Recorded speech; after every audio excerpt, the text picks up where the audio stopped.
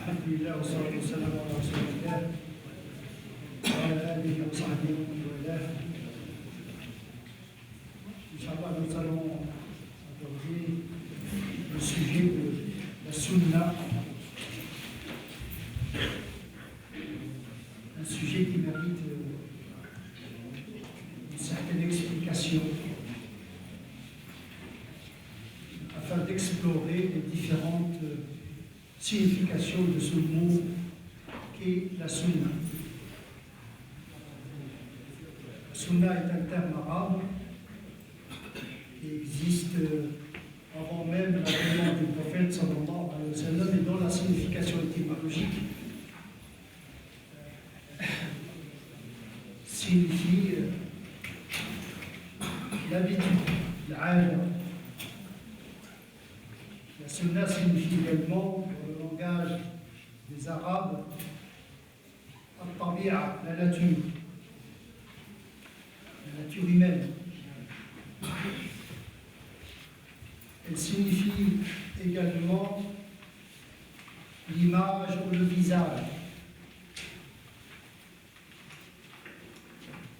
Elle signifie également la continuité et la persévérance.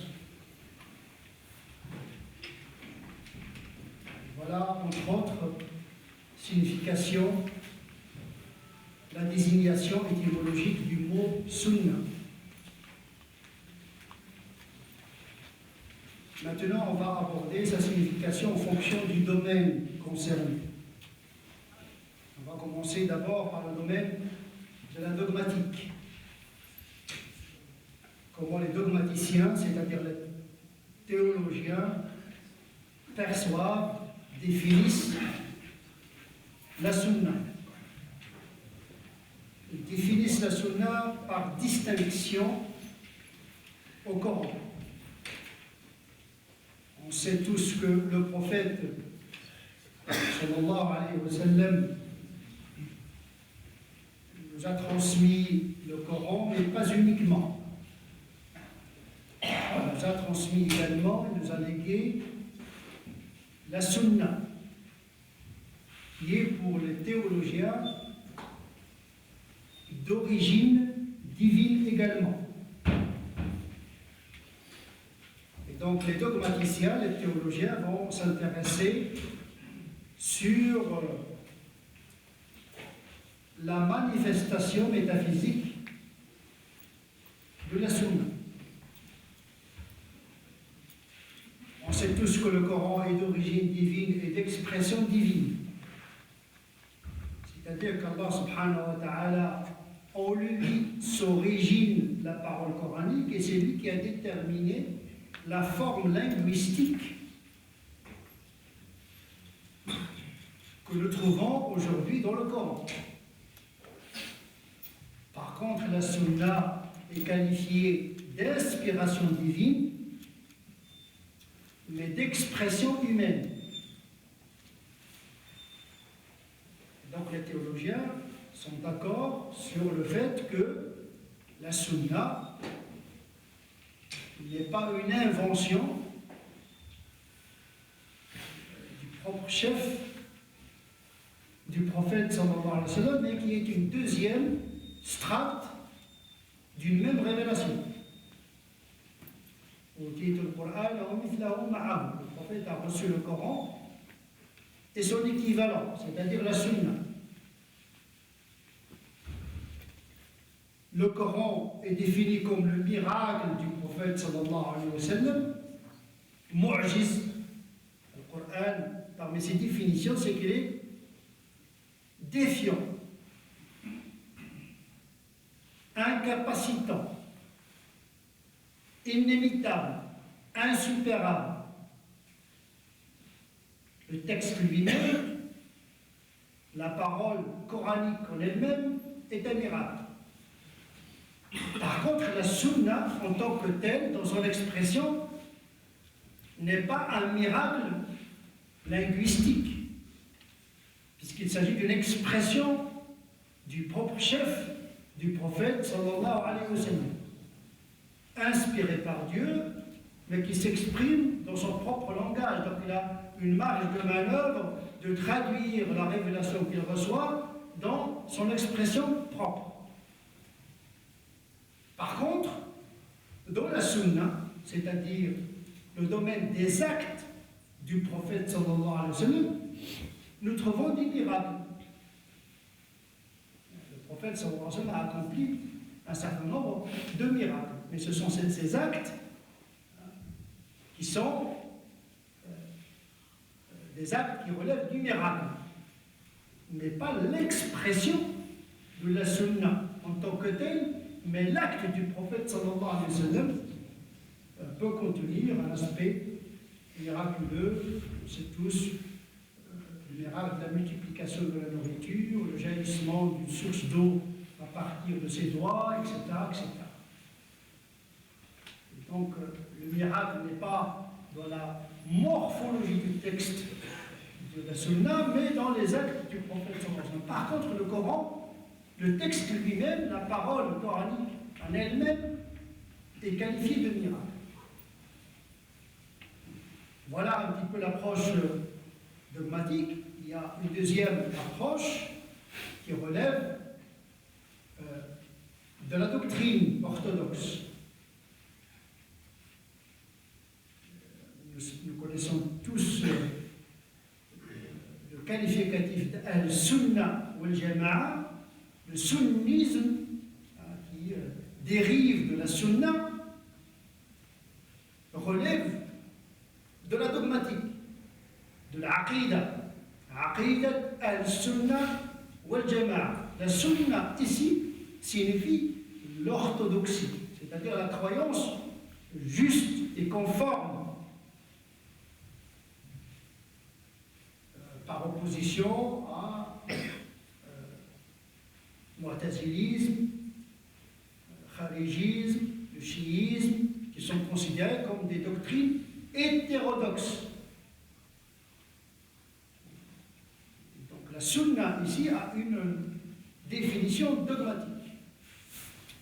Et dans al-sunna wal-jama'a, nous avons deux variantes, deux ou bien trois sous-courants majeurs. Il y a madhab salaf, que nous avons abordé dans les causeries précédentes, c'est-à-dire ceux qui reçoivent les attributs de Dieu sans les interpréter. Cette doctrine du salafisme à ce niveau dogmatique est représentée par les Hanbalites.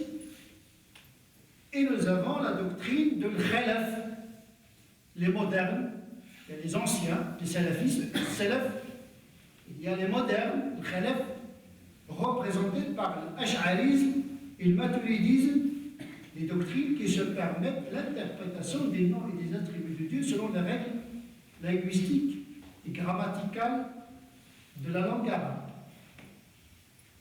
Donc ces deux branches, khalafisme, salafisme, appartiennent à ce qu'on appelle l'orthodoxie, al-sunna wal-jama'a. Voilà l'approche dogmatique et théologique concernant le mot sunna. Maintenant, on va passer à notre répertoire, celui de usul al-fiqh. Usul al-fiqh, c'est le domaine qui s'occupe de la méthodologie et des règles, des interprétations qui s'intéressent au domaine de la loi. Usul al-fiqh, les fondements du droit, ce qu'on pourrait qualifier de principologie, c'est-à-dire la doctrine qui s'occupe des sources et des méthodes de la loi concernant les comportements du musulman. La définition qui est donnée par les principologues, par les usuliyoun,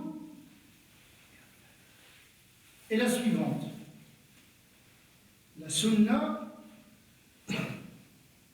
est l'ensemble des actes, d'abord des paroles, en premier lieu, les paroles, les actes, les approbations, et certains d'ajouter, et les intentions. الأقوال قول وفعل وإقرار وهم. Certains ne limitent la définition uniquement aux actes et aux paroles du prophète sallallahu alayhi wa sallam. L'approbation est inclus dans les actes du prophète sallallahu alayhi wa sallam. D'autres n'acceptent pas les intentions du prophète sallallahu alayhi wa sallam, parce que parfois le prophète dit « j'ai eu l'intention de faire, mais il n'a pas pu accomplir cette intention. J'ai pensé, j'ai voulu faire. » Donc il avait la volonté de faire quelque chose, il avait l'intention de faire quelque chose, mais il ne l'a pas fait. Et est-ce que cette intention est introduite dans la définition de la sunna? Chez les principologues, ils ne sont pas tous d'accord. Mais toute définition a un impact sur la loi, bien sûr. D'autres n'acceptent pas l'Iqrar, parce que l'Iqrar, ou bien l'approbation, ou bien c'est une parole, et donc il entre dans le répertoire des paroles. Si c'est un geste, eh bien il entre dans le répertoire des actes. Et à ce niveau de définition, l'approbation, elle peut toucher au domaine de l'ibadat. Et à cet égard, certains principologues considèrent que le fait que le prophète approuve un acte cultuel, eh bien cet acte cultuel devient une recommandation, telle que la formule que nous disons tous dans la prière, c'est un compagnon qui a formulé cette invocation et le prophète de l'approuver. Donc il est devenu une sunna. Mais dans le domaine du relationnel, mu'amalat, l'approbation du prophète sallallahu alayhi wa sallam désigne la permission. Là, le statut de l'approbation diffère selon le domaine concerné. Certains introduisent les actes et les paroles des compagnons, tel qu'Abu Hanifa par exemple, considère que la sunna contient les paroles des compagnons et les actes des compagnons. Shafi'i par exemple, les Shafi'ites n'introduisent pas les paroles des compagnons, les actes des compagnons dans la définition de la sunna. Les Shafi'ites, pour eux, la sunna, ce sont les actes et les paroles, les approbations du prophète sallallahu alayhi wa sallam uniquement. Voilà sommairement l'approche principologique de la définition de la sunna comme deuxième source de la loi musulmane. Le principologue s'intéresse au domaine de la loi concernant la sunna. Il ne s'intéresse pas à d'autres domaines. Donc, quand les principologues parlent de la sunna, c'est en termes de source normative. À cet égard-là, il y a toute une taxonomie, une classification des comportements du prophète sallallahu alayhi wa sallam pour discerner les comportements, les paroles, les actes, les approbations et les intentions qui relèvent de la normativité et des comportements qui n'impliquent aucune norme. C'est ce qu'on appelle le furuq, ou bien le taqsim. Tout ceci, c'est le domaine de la principologie. Lorsqu'elle parle de la sunna, ce qui va les intéresser, c'est l'impact normatif ou anormatif de la sunna. Quant à Ahl-al-Hadith, ils ont une autre approche. Les traditionnistes confondent le hadith avec la sunna. La sunna pour eux, c'est le hadith. Et le hadith est constitué de chaînes des narrateurs et le matn. Et le matn peut contenir, bien sûr, les actes, plutôt les paroles, les actes, les approbations, les intentions mais également les descriptions physiques du prophète sallallahu alayhi wa sallam et ses comportements et sa vie avant sa prophétie. La sunna pour eux comporte également les hadiths qudsi. On sait que les hadiths qudsi ne contiennent aucune norme. Généralement, ils traitent de l'exhortation. On peut trouver dans les hadiths des variantes du Coran qui sont irrégulières. Donc, al-hadith rapporte tout ce qui se rapporte au prophète de près ou de loin. Compilation totale. Ils introduisent bien sûr les paroles et les actes des compagnons, c'est ce qu'on appelle hadith al-mawqouf. Hadith mawqouf, c'est-à-dire un hadith arrêté au niveau du compagnon, c'est le compagnon qui parle. Donc ils introduisent cette typologie dans la définition de la sunna. Ils introduisent même le hadith al-maqtu', c'est-à-dire le hadith coupé, c'est-à-dire arrêté au niveau de tabi'i, le successeur, le disciple des compagnons.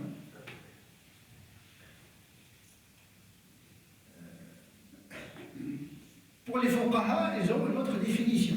Nous avons vu la définition chez les dogmaticiens, la définition chez les principologues, la définition chez les traditionnistes à al-hadith.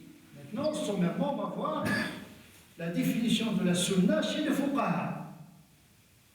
Le faqih, sa fonction, c'est de classer les comportements du musulman selon un certain nombre de degrés. Pour le faqih, le comportement, ou bien il est obligatoire, ou bien il est recommandé, ou bien il est permis, ou bien il est indésirable, makrouh, ou bien il est haram. Voilà. 5 degrés normatifs qui classifient les comportements du musulman responsable, majeur et raisonnable et capable. Aqil mukallaf.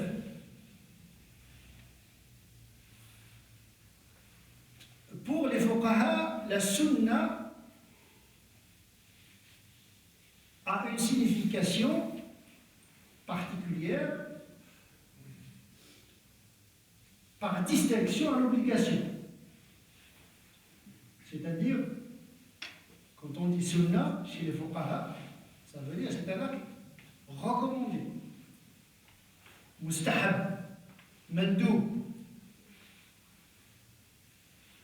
Et puis, ce qualificatif de la sunna peut être un sunna simple ou bien un sunna mu'akkada, une sunna confirmée, consolidée.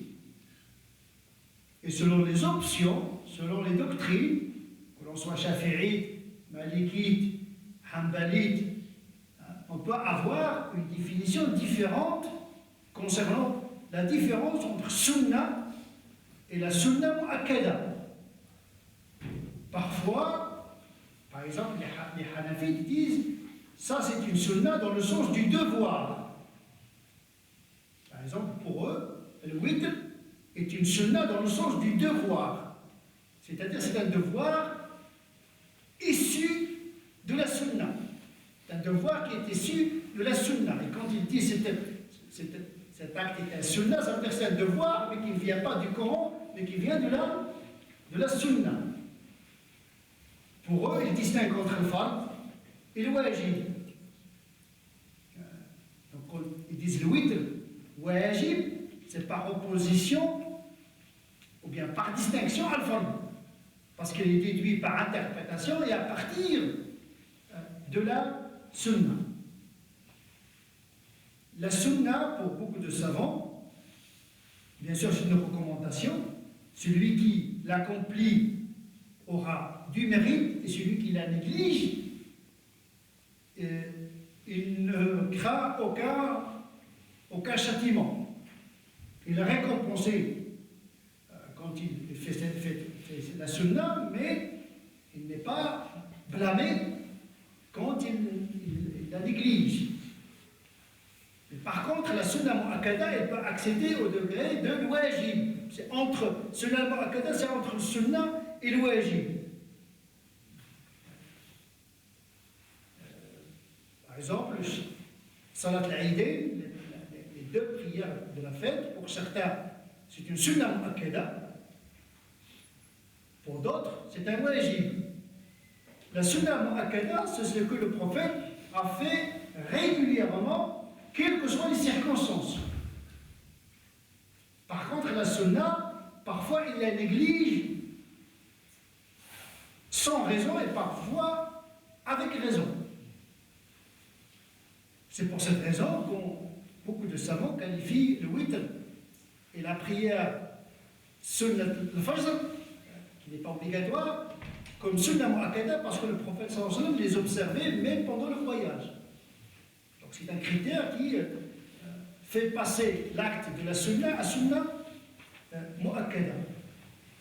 Bien sûr, beaucoup de savants les ont introduit dans le terme de sunna nafila, la prière surrogatoire ou bien le jeûne surrogatoire, le fadila, l'afdal, raghiba. Donc ils ont développé toute une typologie de la sunna en fonction de l'importance de l'acte, qui n'est pas obligatoire mais qui est recommandé, qui peut accéder à la sunna mu'akkada, voire à l'wajib. Quand on dit c'est une sunna dans le langage des fuqaha, généralement c'est pour indiquer que ce n'est pas une obligation. Par contre, le devoir, le wajib, par opposition à la sunna, le wajib ou bien le fard, eh bien, celui qui l'accomplit, il a une récompense auprès de Dieu le jour du jugement dernier, et celui qui le néglige, il risque d'être châtié et de tomber sous la peine eschatologique.